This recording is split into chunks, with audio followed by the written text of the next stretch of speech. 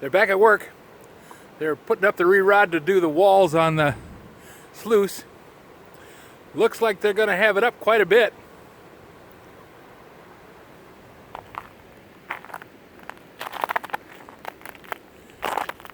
Just noticed this today.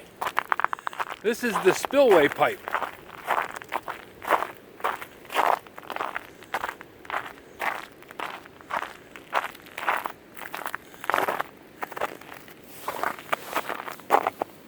Kind of give you an idea how big it is.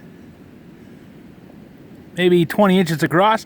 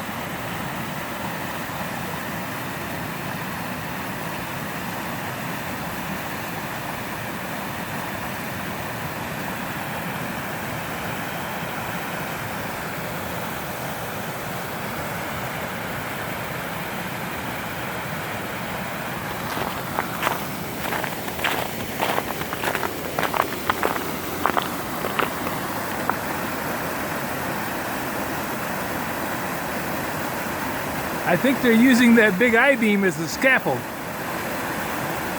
Got it set up on a couple of giant sawhorses made out of steel tubing and I-beams.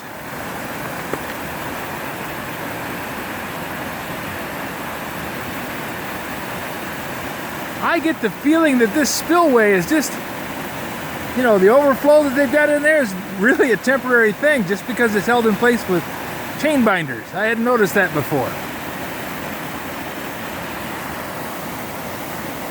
They're still continuing to work. Rain, shine, snow or blow, they're going to build it.